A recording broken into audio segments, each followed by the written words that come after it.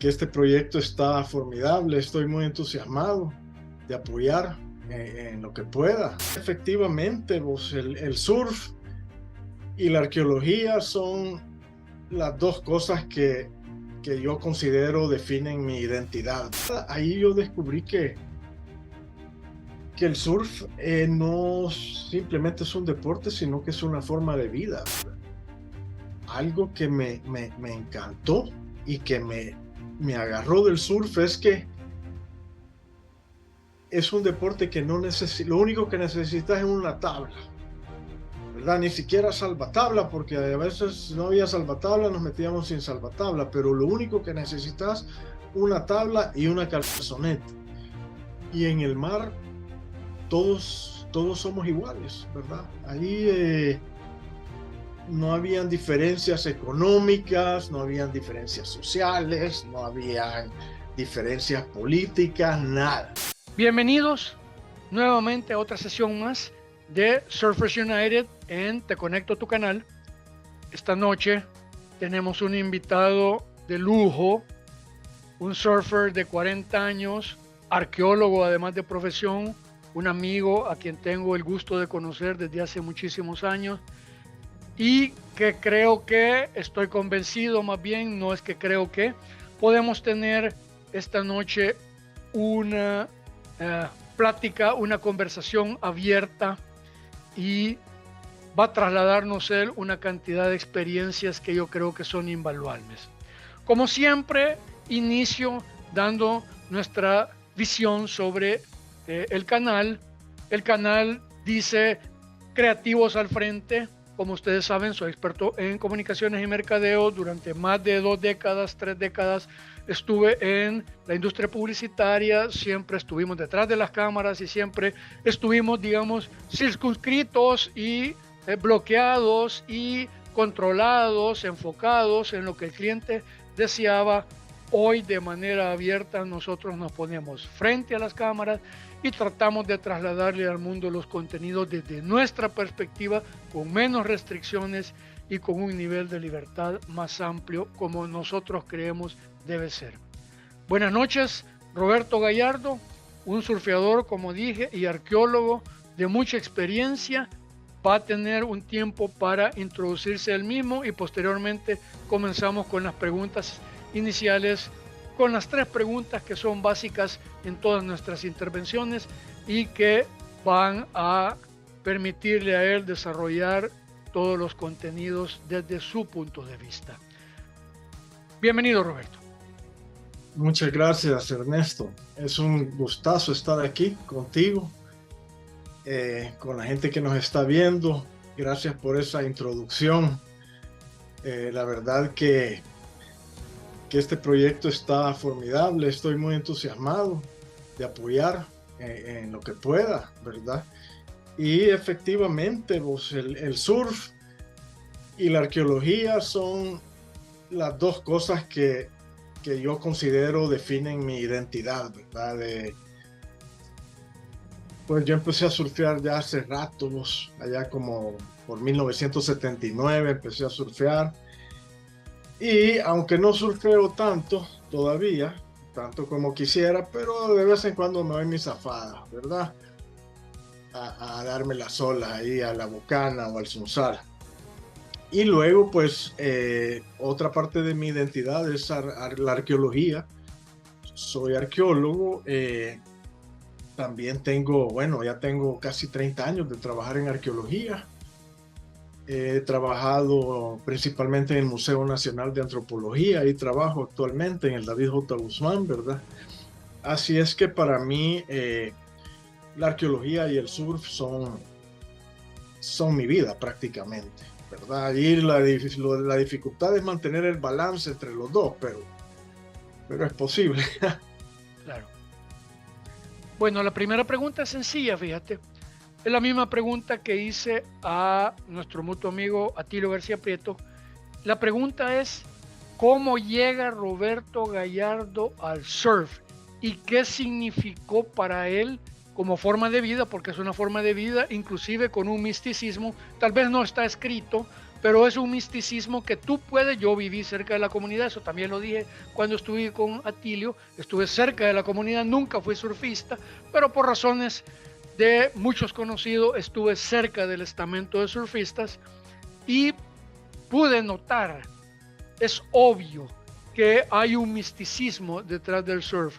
¿Cómo llega Roberto Gallardo al surf? ¿Qué encuentra Roberto Gallardo en el surf que pueda, digamos, ser tan importante para que él se revista de la personalidad del surfeador y años atrás, años después, del arqueólogo? Pero primero, ¿cómo se reviste Roberto Gallardo de surf? Sí, Neto, bueno, fíjate que allá por 1979, 1980, ahí en la escuela,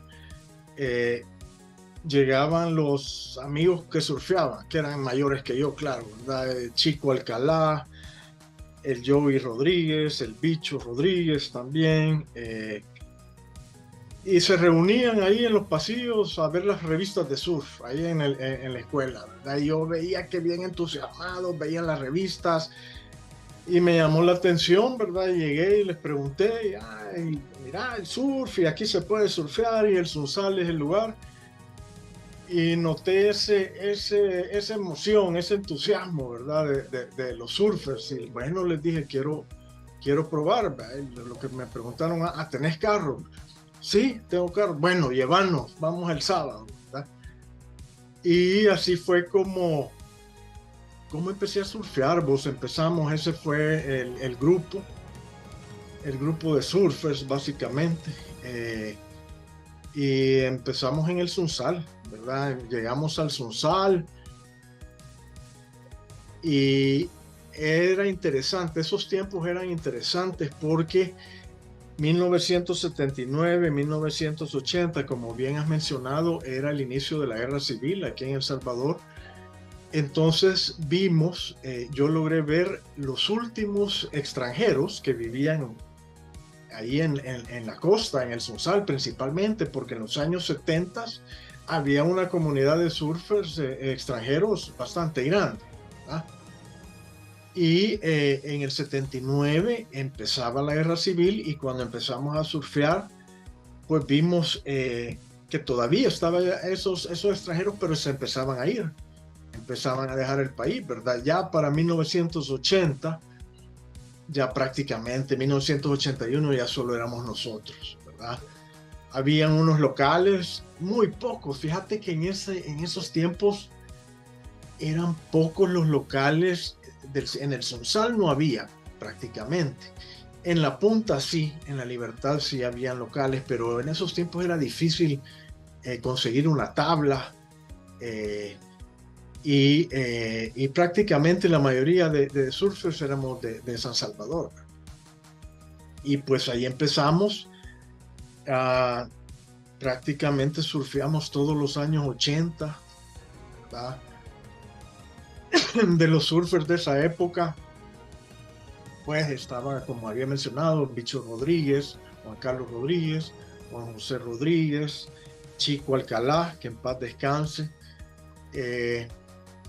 Estaba Fernando Salaverría, Chihuillo también, el Chele Mamarraqueta, correcto. La Gallina Heredia. La Gallina Heredia, sí, era del grupo también. Ahí pasamos bastante tiempo en la playa y lo mejor es que en realidad ahí yo descubrí que el surf no simplemente es un deporte, sino que es una forma de vida. Algo que me encantó y que me agarró del surf es que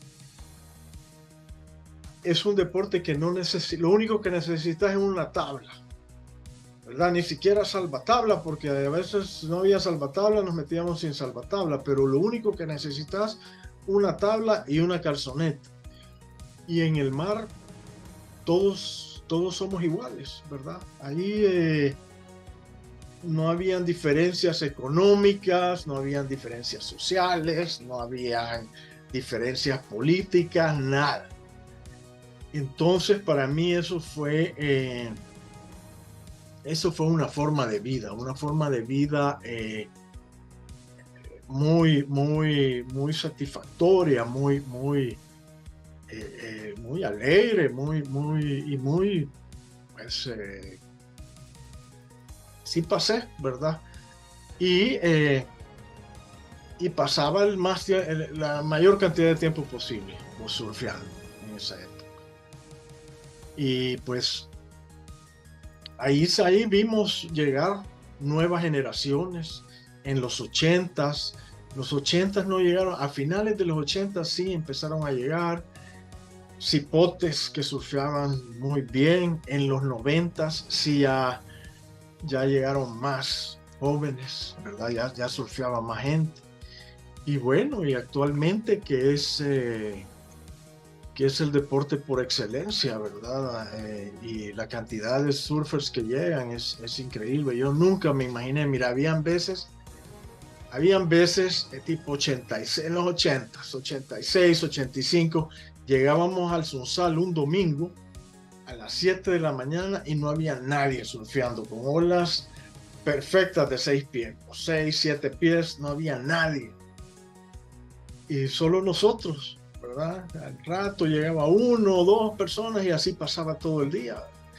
Yo nunca me imaginé, yo veía las fotos, ¿verdad? En las revistas de lugares como Hawái, Estados Unidos, con el gentío, ¿verdad? Lleno de surfers. Y yo dije, no, yo aquí en el Sunsal no creo que alguna vez vea más de 30, 25, 30 surfers, ¿verdad? Y ahora puedes encontrar a 100 surfers, 80 surfers ahí. Entonces, ¿sabes? Los tiempos han cambiado, ¿verdad? Definitivamente. Así es que básicamente, en forma resumida, así fue Hay algo muy importante que acabas de decir, importantísimo. Todo lo que tiene que ver con adentro en el mar, en calzoneta, todos éramos iguales. Inclusive me trajo a la memoria una de las caricaturas de la Mafalda. Aparece el papá de la Mafalda con un señor a la par, ¿verdad? Están en la playa, por supuesto. Y el papá de la Mafalda le dice, me parece que lo conozco al señor. Ah, sí. Al contrario, perdón. El señor le dice al papá de la Mafalda, me parece que he visto al señor, le dice. Ah, sí, le dice. ¿Y usted qué es lo que hace? Le pregunta, ¿verdad? En este momento dice el papá de la Mafalda, yo soy vendedor de vehículos. Y le pregunta a él, al otro señor, perdón, fue así, al revés. El papá de la Mafalda le pregunta al señor y le dice, me parece que lo conozco. Así le dice el señor, ¿y usted qué es? Y dice el papá de la Mafalda, soy vendedor de vehículos. Y el señor dice, inmediatamente aparece en la siguiente cuadro el señor sobre un podium así, con un gran lo que sería título, ¿verdad? Que dice doctor, ¿verdad? Y dice el papá de la Mafalda en el último cuadro, sí, dice, es que así en calzoneta todos nos vemos tan iguales, ¿verdad? Esto me trajo a recuerdo esto y yo lo viví, fíjate. Yo recuerdo, como le dije a Tilio, que también era parte de toda esa camarilla, Ricardo González, el Chapín, que se mató en moto, que Dios tenga en su gloria, el hermano José Alejandro, cuando le estaba diciendo yo a Cristina Yamayá, con la que tuve unas conversaciones hace poco, que cuando tú llegabas era el tiempo en el que tú llegabas a Punta Roca en la madrugada y no había absolutamente pero nada, ni un foco. Para poder llegar hasta donde se surfeaba era desangrarse los pies porque ibas a oscuras, ¿verdad? Entre las piedras hasta que llegabas al lugar donde podías surfear. Yo creo que este periodo es importante porque forjó en ustedes y en nosotros un carácter, ¿verdad? Repito, no soy surfista, pero estuve cerca de las comunidades. Lo que quiero escuchar es en este forjarse, un criterio, una personalidad. Tú dijiste una palabra muy interesante, identidad, mi identidad como surfista. ¿Cómo puede o cómo valora, cuál es la visión de Roberto Gallardo de El Salvador de los 80 al Salvador del 2024? Esa trayectoria, ¿la vivió Roberto Gallardo? ¿Puede dar testimonio de cómo cambió y cuáles fueron las razones que llevaron al éxito actual? ¿Por qué El Salvador ahora tiene 100 y ya no caben ahí? Y además, como me dijo Atilio, la gente no sabe, me dijo Atilio, pero el surf, los eventos que están sucediendo ahorita en el Tunco, me dijo, son como el equivalente si fuera tenis, Wimbledon, si fuera Fórmula 1, Mónaco, me dijo. Es decir, son de primer nivel a nivel mundial, pero la gente desconoce. Entonces, él me dio, así como tú, una forma, como él lo ve, como lo ve Roberto Gallardo, esa transformación, a qué se debe y cuál fue el rol de Roberto Gallardo en esa transformación. ¿Fue espectador? ¿Fue partícipe? Si fue espectador, ¿cómo lo vio él? ¿Cómo lo vivió? Y si fue partícipe, ¿cómo fue su participación? ¿Cuál fue su participación?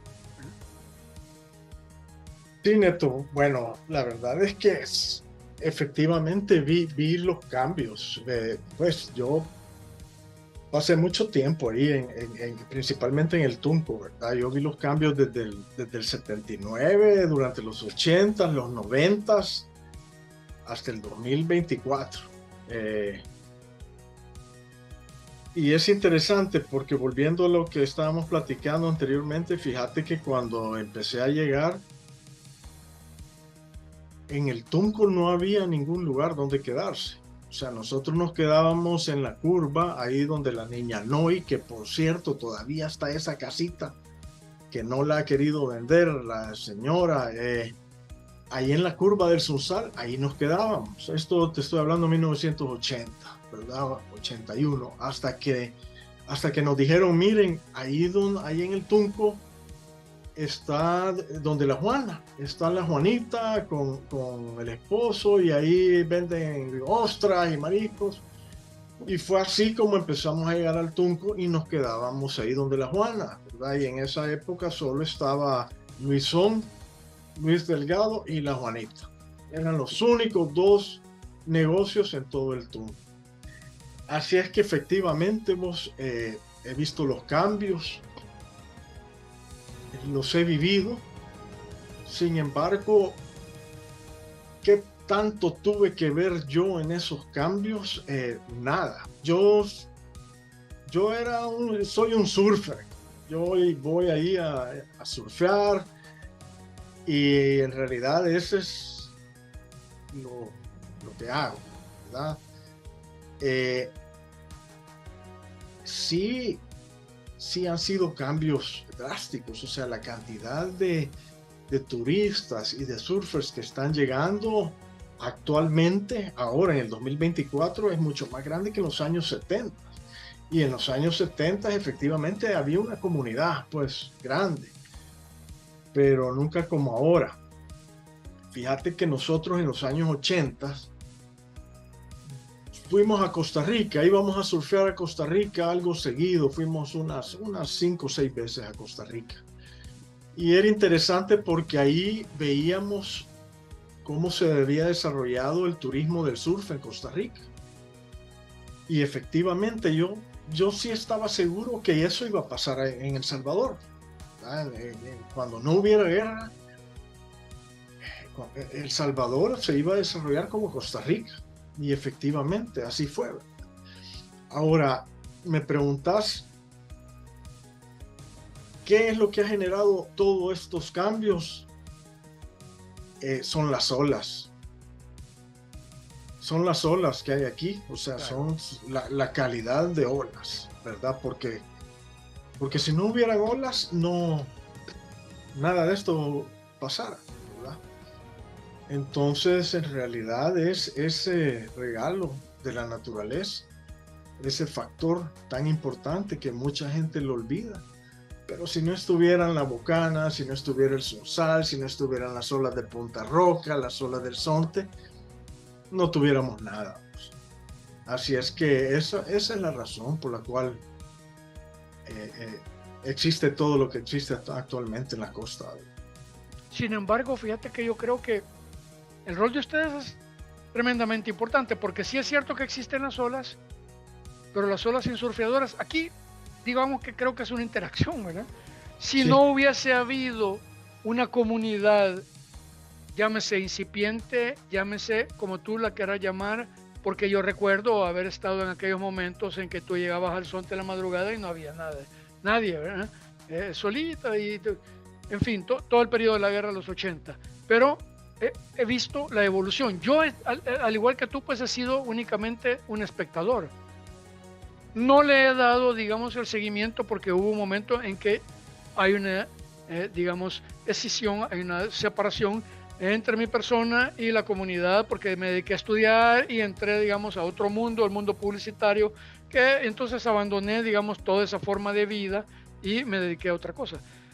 Sin embargo, yo creo que fue crucial el rol de ustedes porque ustedes también al estar llegando empezaron a generar las primeras, Juana, las primeras condiciones también incipientes en las que pudimos el club salvadoreño se mejoró, el club tecleño se mejoró y se mejoró no solo en parte por la gente que llegaba, sino porque había una afluencia de personas que llegaban todo el tiempo. No solo me refiero a los socios del club salvadoreño, del club Club Salvadoreño y del Tunco. Me refiero también a todo ese montón de jóvenes que también llegábamos. Bueno, mi papá era socio del Club Salvadoreño, pero toda una comunidad de surfistas que también llegaban y estaban consumiendo. Entonces, no necesariamente el consumo ha sido dañino desde mi punto de vista. Tal vez el abuso, como tú lo dices, o tal vez esa inconsciencia de que si matas la gallina de los huevos de oro, que es la ola, que es la playa, que es el agua limpia, nadie quiere estar surfeando, digamos, en un mar no vamos a decir, de sustancias, digámosles,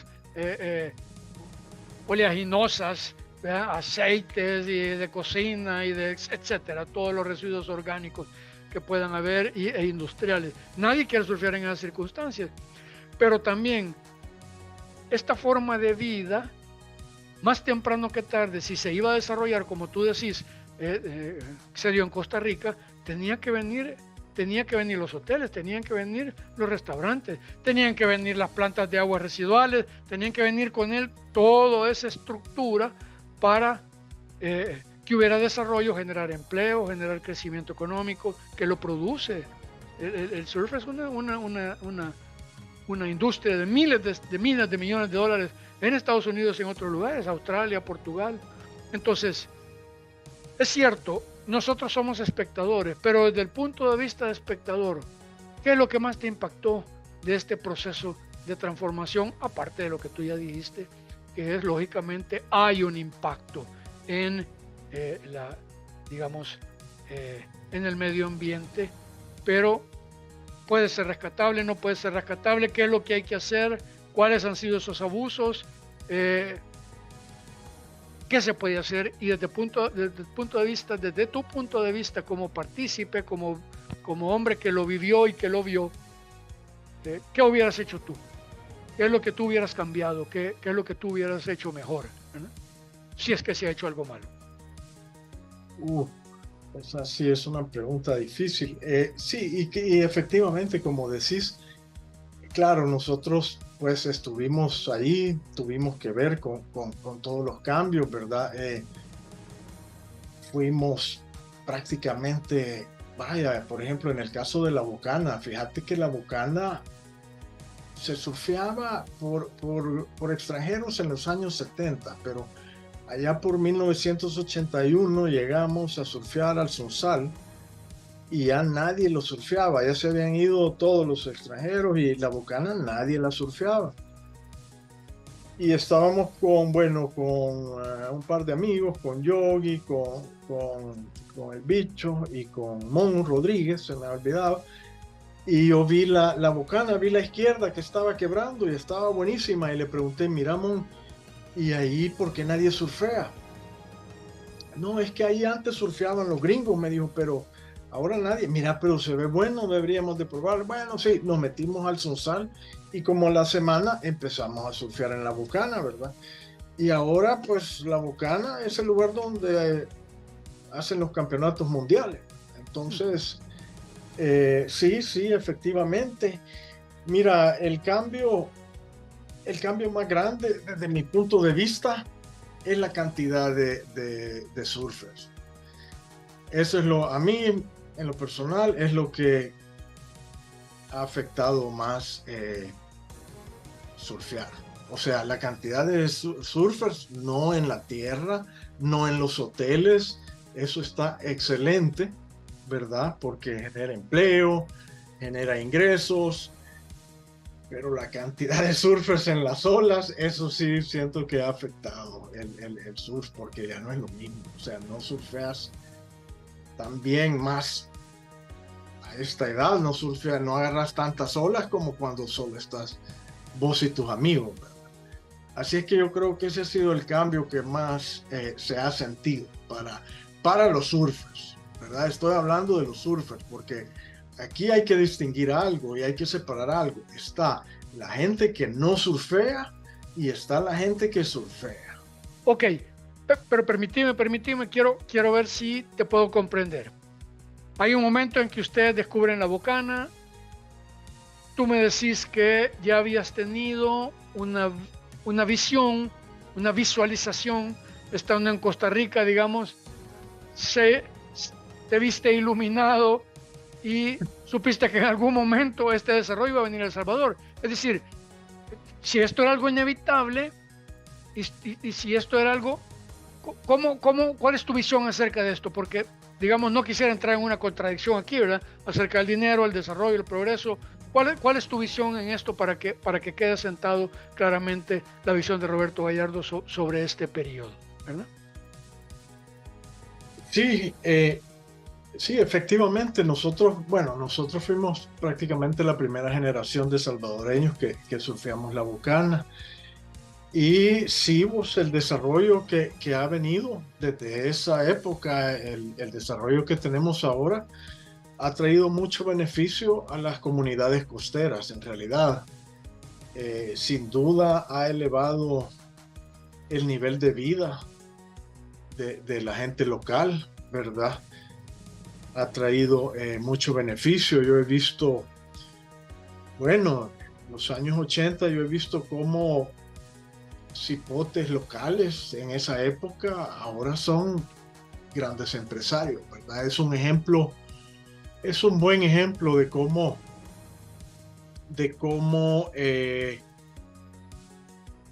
locales, de cómo gente de las comunidades costeras han aprovechado, ¿verdad? Han aprovechado este desarrollo.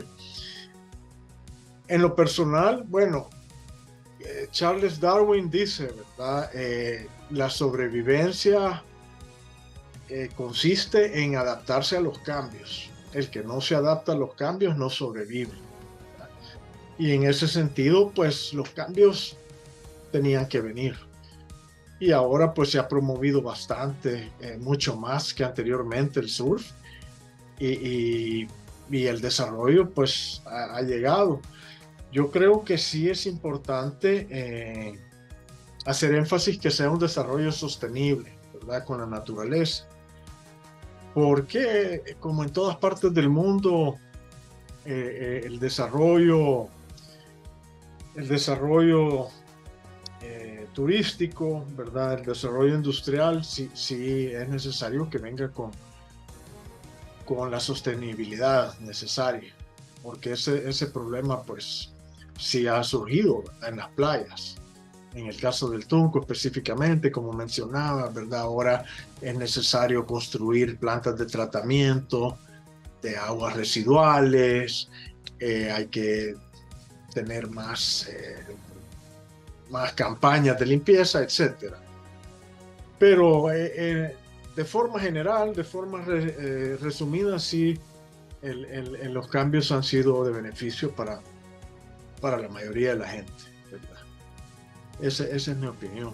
Me alegra, en realidad sí, bueno, no esperaba menos de tu opinión. Estoy de acuerdo contigo, definitivamente.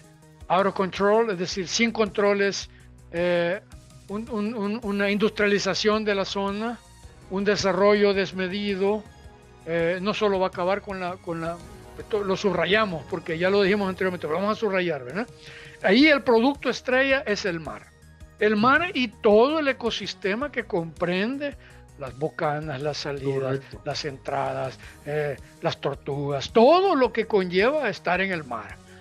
Si destruimos ese equilibrio, fino equilibrio, el surf va a desaparecer porque las olas dependen de infinitesimales condiciones que hay en el subsuelo y que no son únicamente por el sol, la luna, sino que, digo, es una sumatoria de condiciones que permiten que estas olas 6-7 pies y corta a la izquierda. Yo no soy experto, pero cuando estuve haciendo mi tesis sobre el Zonte, ya vamos a entrar al Zonte y ya vamos a entrar a Sinacantán, pero cuando estuve haciendo mi tesis, estuve hablando con surfeadores y efectivamente el lenguaje del surfer, veo que corta a la izquierda, corta a la derecha. Si nosotros destruimos todo el subsuelo, que es el que define la forma en la que se genera la ola, esa ola va a desaparecer.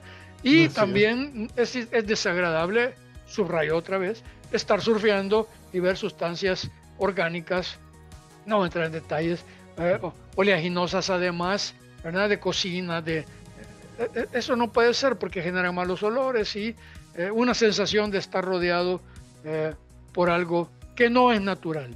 Y la forma de vida del surfer está en concordancia, está en íntima relación con el mar, con todo lo que conlleva. Parte del misticismo al que alguna vez mencionamos hace rato, tiene que ver con eso.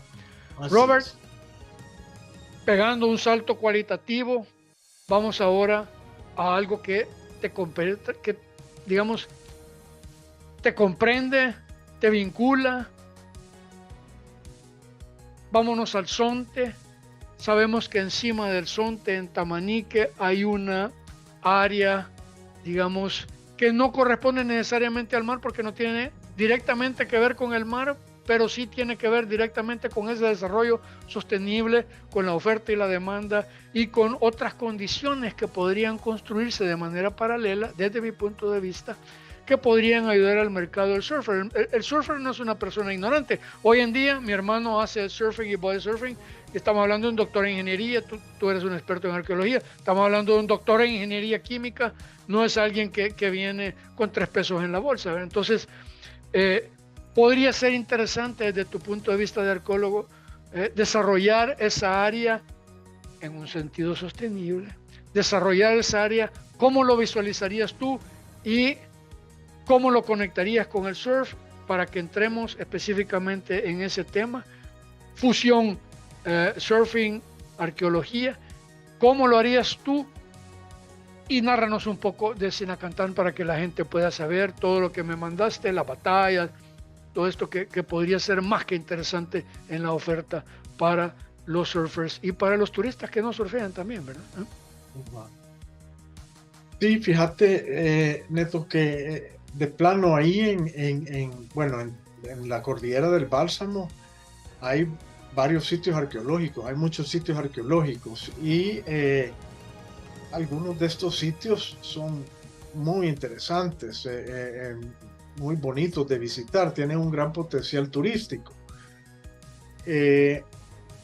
Y efectivamente, fíjate que hay un sitio ahí en Tamanique que se llama Sinacantán. Actualmente se llama Cerro Redondo, ¿verdad? Y es un sitio bien interesante, muy importante. Fíjate que ahí se dio el primer levantamiento indígena, o sea, en la cordillera del Bálsamo, en lo que llamamos el posclásico, o sea, entre 900 y 1524 después de Cristo, habitaban grupos pipiles ahí en esa zona de la costa. Y ahí en lo que actualmente en Tamanique habían varios pueblos pipiles. Y en 1528, recién fundada la primera ciudad de San Salvador, o sea, la primera vía de San Salvador se fundó en 1528 por los españoles, que actualmente está al sur de Suchitoto. Actualmente es un sitio arqueológico que se llama Ciudad Vieja, pero bien, esta ciudad fue fundada por Diego de Alvarado, primo de Pedro de Alvarado, en 1528, y poco tiempo después que se fundó la ciudad, se reunieron varios pueblos pipiles, varios pueblos indígenas en este peñón, ahí en Tamanique, en el peñón de Sinacanta, y crearon una resistencia contra los españoles, ¿verdad? Acordémonos que en esos tiempos era el tiempo de la conquista, la época de contacto entre las dos culturas, era época de conflicto, y el empeñolarse era una estrategia muy usada por los pueblos indígenas. Y bueno, se reunieron estos pueblos en el Peñón y los españoles tenían que sofocar ese levantamiento, ¿verdad? Porque ellos tenían que pacificar el territorio. Y un ejército se desplazó. Esto fue en 1528, poco tiempo después que se fundó San Salvador. Un ejército se desplazó desde la ciudad de San Salvador, liderado por Diego de Alvarado, para sofocar el levantamiento de Sinacanta. Y llegaron ahí y estaban los pueblos en el Peñón, atacaron una vez los españoles y fueron repelidos, o sea, fueron derrotados en el primer ataque. Ahí mencionan los documentos que se venían rodando los españoles y las armas se quebraban, heridos. Y luego intentaron una segunda ocasión tratar de agarrar el Peñón y nuevamente los repelieron los pipiles, ¿verdad? Los derrotaron. Fue hasta la tercera vez que los españoles lograron capturar el Peñón. Y fue un evento bien interesante, bien dramático, porque hay dos versiones. En realidad hubieron dos españoles que fueron los que lograron vencer a los pipiles. Bueno, lideraron el ataque al Peñón. Uno fue Miguel Díaz Peñacorba y el otro Bartolomé Bermúdez. Esos eran los dos españoles. Y la forma en que lograron vencer conquistar el Peñón, por decirlo así, es que hicieron una escalera, una especie de escalera cubierta. Podría haber sido por pieles o por lonas de algodón. Y esa escalera la pusieron en el lugar más accesible y así lograron llegar y capturaron el Peñón.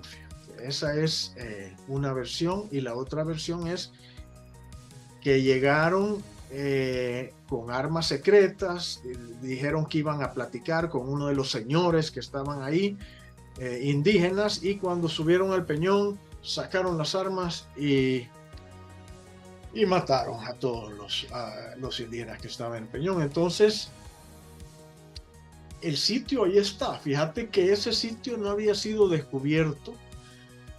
Jorge Lardey Larín lo menciona, otros investigadores suponen dónde está ubicado, pero en 1999 fuimos y efectivamente llegamos al Peñón. Y lo interesante es que la gente todavía lo llama Sinacanta, ahí en Tamanique. Vos vas a Tamanique y le preguntas a unos viejitos y te dicen, Sinacantan, Pueblo Viejo.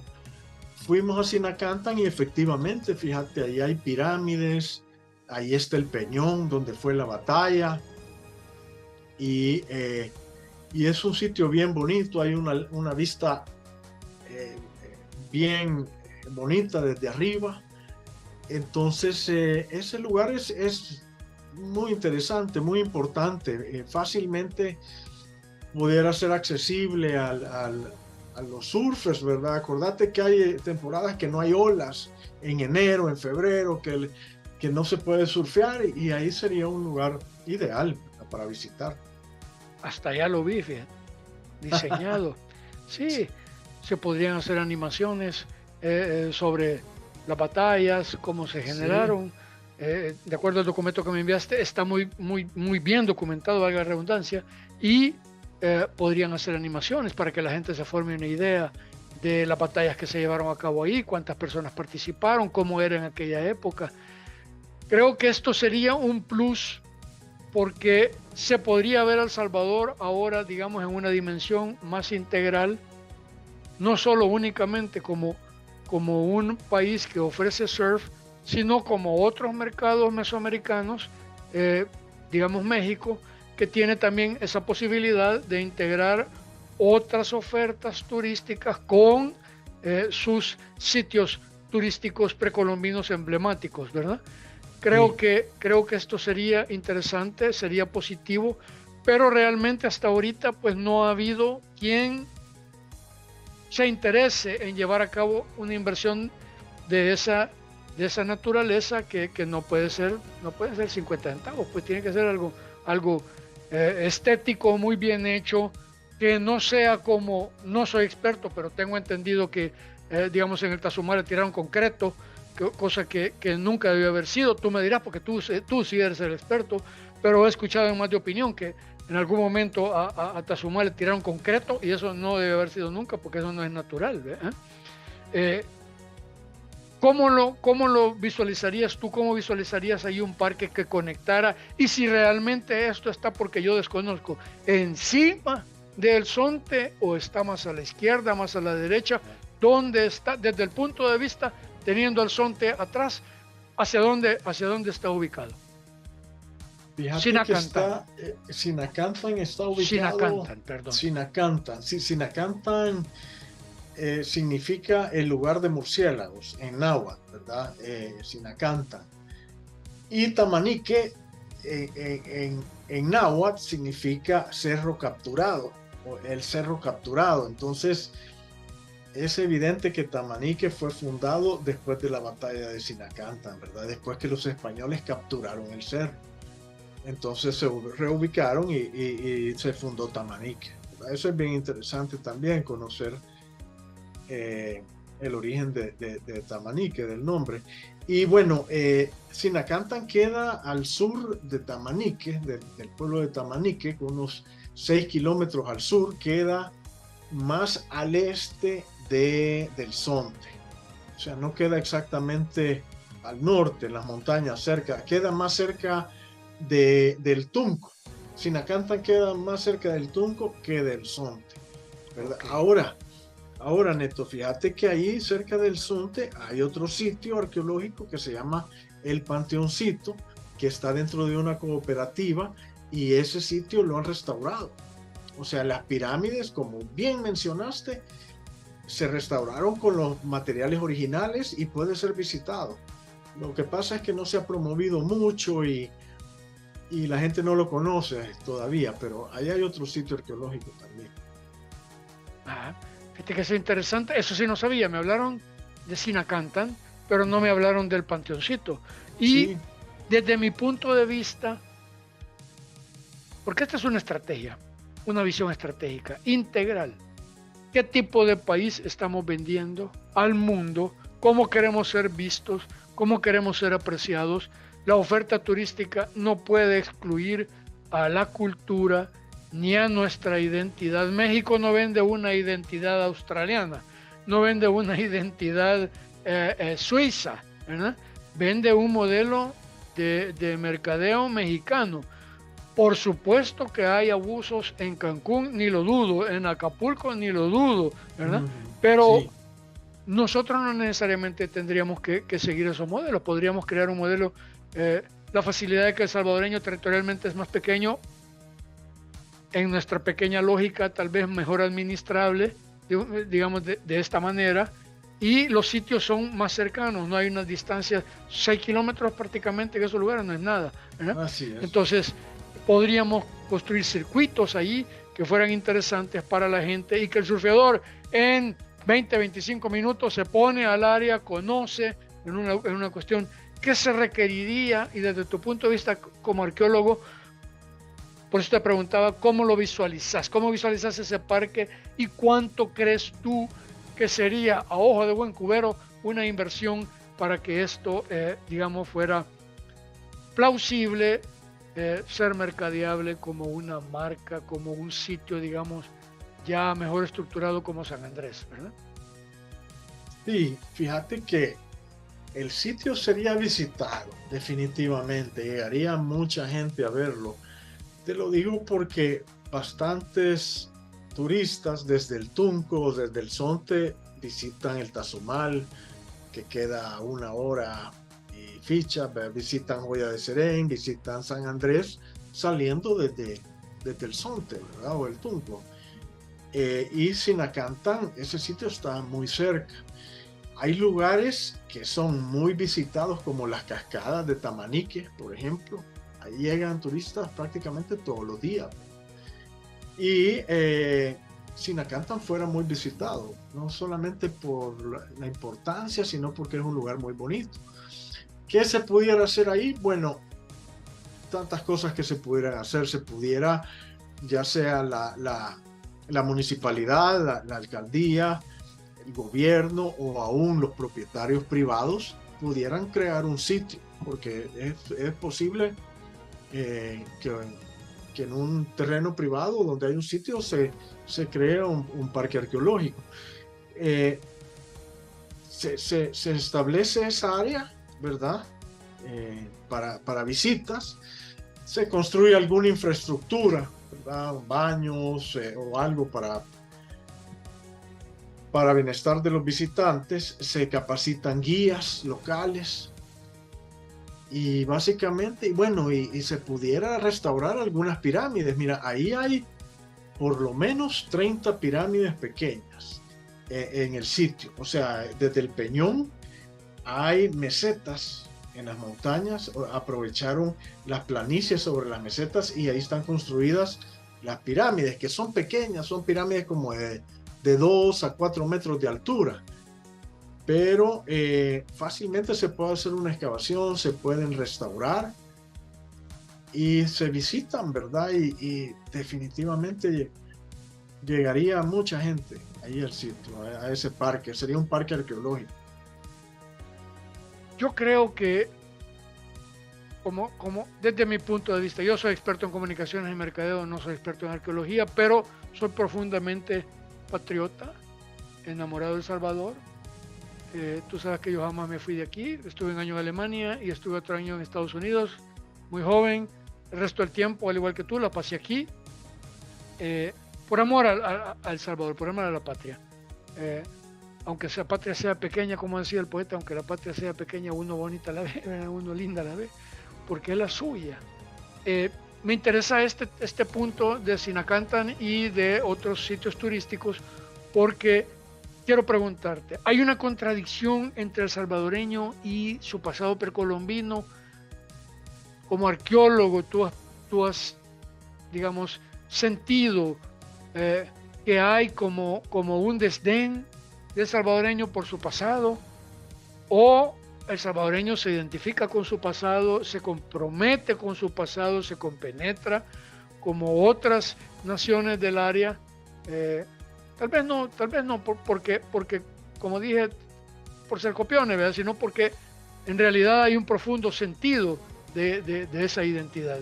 De acuerdo a tu experiencia, ¿hay algunas contradicciones entre El Salvador, el pueblo salvadoreño, los empresarios en general, el pueblo salvadoreño y los sitios precolombinos? ¿Hay algunas contradicciones? ¿Hay algún choque? ¿Hay algún desdén por ellos? Porque si Guatemala está tirado también, me explico, no hay, digamos, una estructura como lo hay en Guatemala. Claro, son más grandes, ¿verdad?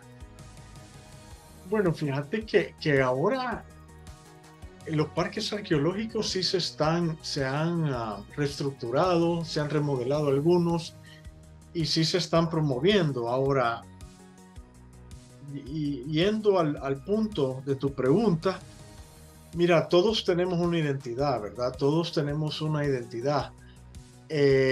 Lo que pasa a veces es que nuestra identidad no se incluye el pasado prehispánico y ahí es el problema. A veces la identidad solamente se limita no a nuestros orígenes, sino que se limita a lo que somos actualmente. Y ahí está el problema. Cuando nuestra identidad toma en consideración el pasado, y en este caso el pasado prehispánico, y nos identificamos con ese pasado, porque somos parte de eso, entonces definitivamente tenemos más interés en sitios como Sinacantán y en otros sitios arqueológicos. Eso es un problema que prácticamente en todas partes, Neto, ¿verdad? Ahora, con la cantidad de turismo que está viniendo y los sitios arqueológicos, los parques arqueológicos son muy visitados, me consta, especialmente Joya de Serén, San Andrés, Tazomal, Cihuatán también, ¿verdad? Que son los más importantes. Sería muy conveniente crear otros parques. Sería ideal crear otros parques, como en este caso Sinacantan, ¿verdad? Que está tan cerca de la costa que se está desarrollando, ¿verdad? El proyecto Surf City, que ha sido un éxito. Un parque arqueológico sería buenísimo. Entonces, eso es lo que pienso yo, ¿verdad? Sobre los sitios arqueológicos. Creo que la narrativa, aquí sí entra mi campo, la narrativa desde pequeños ha obviado tal vez esta parte. Yo me recuerdo que había en libros Tazumal, nos creamos con la colección Tazumal, y había alguna mención, pero la narrativa no es, digamos, en función constructiva, ni apelativa, tampoco, digamos, sirve como fundamento, porque ahí están, así eran, ¿verdad? Pero no te dicen que una parte considerable del lenguaje del salvadoreño tiene raíces náhuatl, raíces lencas, ahí están, forjan nuestra estructura mental, forjan nuestra forma de ser, de expresarnos. Nuestro español no es un español de Andalucía, no es un español de España propiamente dicho, ni siquiera de Colombia, ni siquiera de Argentina. Tiene raíces náhuatl y tiene raíces lencas. La forma en la que hablan las personas en Oriente, no lo digo yo, lo dicen muchos, no sé si será cierto o no, es la expresión de la J, ¿verdad? Que nos une con Nicaragua y con Honduras, con una parte de Honduras más que con otros lados. Es decir, esa parte de expresarnos está ahí presente, pero es como un muerto que llevamos chineando y no hemos querido revestirnos de él. Nos da como pena, esa era la pregunta quizás. ¿Tú crees que nos da pena nuestro pasado indígena? ¿Tú crees que nos da una vergüencita ahí? Pero esto no debería ser así, porque nuestros bisabuelos, no queramos o no, somos criollos, queramos o no, tenemos sangre, todos, ¿verdad? En nosotros está. No somos españoles puros, ni tampoco somos indígenas puros, somos un híbrido. Y si somos un híbrido, deberíamos de estar orgullosos de ambas partes que ha forjado nuestro ser. ¿Qué opinas? Así es, Néstor, lo has dicho muy bien. En realidad, todos tenemos en nuestro ADN, ¿verdad? Tenemos parte indígena, ¿verdad? En diferentes porcentajes. También español, también afro, ¿verdad? Ya se están haciendo estudios sobre eso. Entonces, yo creo que es como lo que hablábamos, es un problema como el desarrollo sostenible que hablábamos con la naturaleza. También tiene que haber un desarrollo sostenible con el patrimonio cultural, pienso yo. O sea, darle la importancia y protegerlo como merece. Y para eso sí tenemos que generar más identidad, o sea, tenemos que generar más importancia a estos sitios arqueológicos. Y por eso me parece también muy importante Sinacantan, ¿verdad? Porque en realidad ahí se dio el primer levantamiento indígena, la primera batalla, por decirlo así. O sea, hubo la batalla de Pedro Alvarado cuando entra al territorio, pero después que se funda la primera ciudad de San Salvador, el primer levantamiento es en Sinacantan. Así es que es un lugar que definitivamente fortaleciera nuestra identidad, ¿verdad? Un lugar prehispánico. Traer desde la escuela, desde pequeño, un refuerzo considerable que haga saber, porque se sabe, no es algo que tú y yo, digamos, estamos inventando. La gente en la calle tal vez no lo sabe, digamos, con exactitud y no podría explicarlo de una manera académica, pero la gente sabe que, por ejemplo, el sh, ese es un vocablo náhuatl, no existía. Sí. Ahora la academia está tratando de quitar la che y le digo a mi esposa, no sé la academia que está pensando en España, pero en El Salvador están fritos, porque aquí una parte, inclusive el papá de Leonardo Heredia hizo un audio, se escribió sobre la materia, la cantidad de que hay en el lenguaje salvadoreño, chicha, chucho, chancho, todas estas expresiones, ¿cómo van a controlarlas desde allá de la central madrileña los españoles? Ellos podrán decir desde allá, desde un plumazo ortográfico y gramático, nos volamos la che, pero en el idioma salvadoreño, por lo menos en los próximos 100 años, lo dudo que haya una forma de obviarlo, porque hay una cantidad considerable de palabras que a diario utilizamos que tienen el sh y que tienen la che, ¿verdad? Entonces es difícil. Yo creo que nuestra labor desde el surf, desde donde estamos, es crear tejidos que vayan integrando. La parte del surf ha sido una parte 40 años de tu vida, parte considerable de la mía, parte considerable de una cantidad de personas que han estado inmersas. Atilio García Prieto decía, éramos un pequeño grupo, tú lo dijiste hoy mismo, un pequeño grupo, ¿verdad? Pero este pequeño grupo fue creando un tejido que fue haciéndose más grande hasta llegar a Surf City, lo que tú explicabas hoy, que es una cosa exitosa, es una propuesta, un modelo exitoso a escala global. Entonces, al igual que hemos ido creando estas condiciones, podríamos ir conectando estas propuestas para que vayan generando circuitos más integrados, mejor estructurados, que vayan no solo hacia afuera, no solo hacia los turistas, no solo hacia las personas que vienen y hablan inglés, portugués, otros idiomas, sino que también para el pueblo salvadoreño, para que sepa quién es realmente de una forma más sistemática, tal vez no académica, pero más sistemática. Yo creo que esta noche ha sido una noche excelente porque hemos hablado del surf, hemos hablado de Sinacantan, hemos hablado de otros sitios arqueológicos, de cómo poco a poco se va generando estas condiciones que pueden llegar a Wimbledon, como es ahora, decía Atilio, y tú mismo lo dijiste, solo que tú lo dijiste en términos de los sitios precolombinos, son ahora más visitados que antes y están mejor estructurados y pueden ser integrados a un mercado como es el mercado del surf, que no solo despierta interés en estos sitios, en estas locaciones, sino que además refuerza, porque el que viene aquí a surfear, que ya no es o no siempre es una persona, digamos, que viene aquí, un mochilero, que es un mercado, sino que hay personas que vienen y pagan hoteles que tienen un precio que supera el promedio de los ingresos salvadoreños y globales, ¿verdad?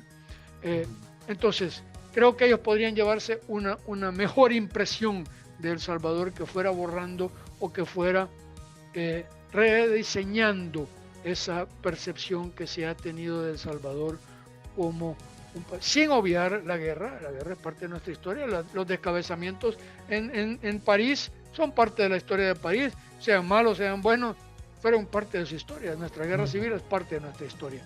Y yo no creo que deba ser obviada ni deba ser, digamos, demonizada. Es simplemente una parte de nuestra historia. Podremos tener opiniones personales sobre ella, pero no podemos, digamos, desintegrarla, desaparecerla, como no podemos desaparecer nuestros sitios precolombinos y simplemente decir que no existen o que lo vean allá. ¿Me explico? No, tus últimas palabras. Ya para terminar, siempre hay 5 minutos que considero que es importante. Tengo una sección que se llama ¿Qué pasa contigo?, en el cual tú en 4 minutos, en 5 minutos nos describes qué hay de nuevo, qué es lo que está haciendo de nuevo Roberto Gallardo con el surf y con la arqueología. 5 minutos para despedirnos.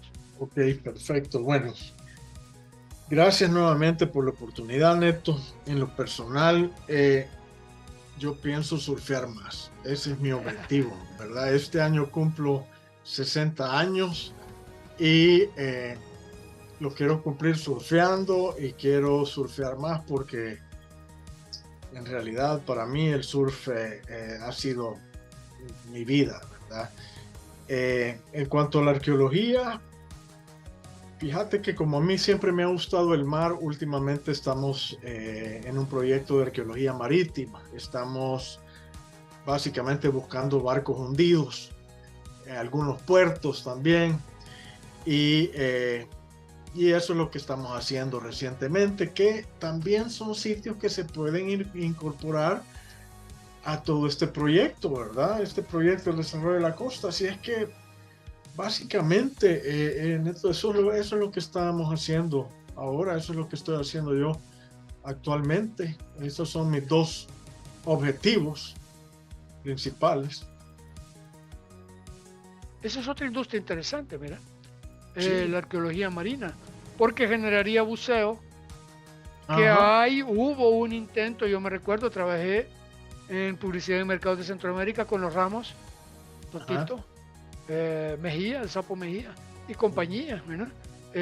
Rodolfo González, que Dios lo tenga en su gloria, eh, que también desarrollaron un mercado incipiente del buceo hace en los 80 y en los 90. Ajá, Me correcto. parece que esto va de la mano con el surf, va de la mano con todo lo que hemos hablado esta noche y sería muy interesante conocer, me dijiste lo de San Blas y del barco, tal Ajá. vez podrías decirle a la gente y explicarle para finalizar el tema de San Blas. Me contaba que ahí hay un barco hundido en 1901. Así es, sí, Neto. Bueno, sí, el San Blas es uno de los barcos que hemos registrado y de plano está ahí, por eso se llama la playa San Blas. Era un vapor que fue construido en 1882 en Nueva York y este vapor hacía la ruta Panamá-San Francisco, se llamaba el San Blas y en 1901 se hundió, colisionó con las rocas que están ahí en la bocana del río Comasagua, que hay un pequeño arrecife, colisionó y se hundió. Y es así como le queda ahí están los restos, se pueden bucear, se podés apreciarlos con snorkel, no tiene que ser con equipo de buceo, en verano, cuando no hay olas y la marea está baja, se puede ir con snorkel y ves el motor, el casco, etcétera. Entonces, ahí están estos restos que también tienen potencial turístico y, y son parte de nuestra identidad, ¿verdad? Por eso la playa se llama San Blas, por el nombre del barco, básicamente. Genial, Roberto Gallardo, muchas gracias. Eh, Creo que este ha sido, como dije, algo espectacular, interesante, como el surf va tejiendo tu condición de ser y tu vocación de arqueólogo y cómo ahora estás unificando arqueología marina con tu pasión eterna que es el mar. Te agradecemos y esperamos que esta no sea la última vez que tú participas con nosotros. Estamos tremendamente agradecidos por tu tiempo esta noche y gracias nuevamente. Esperamos tenerte pronto, Roberto. Muy amable. Gracias. Gracias, Buenas Neto. noches. Gracias, buenas noches. Gracias a vos.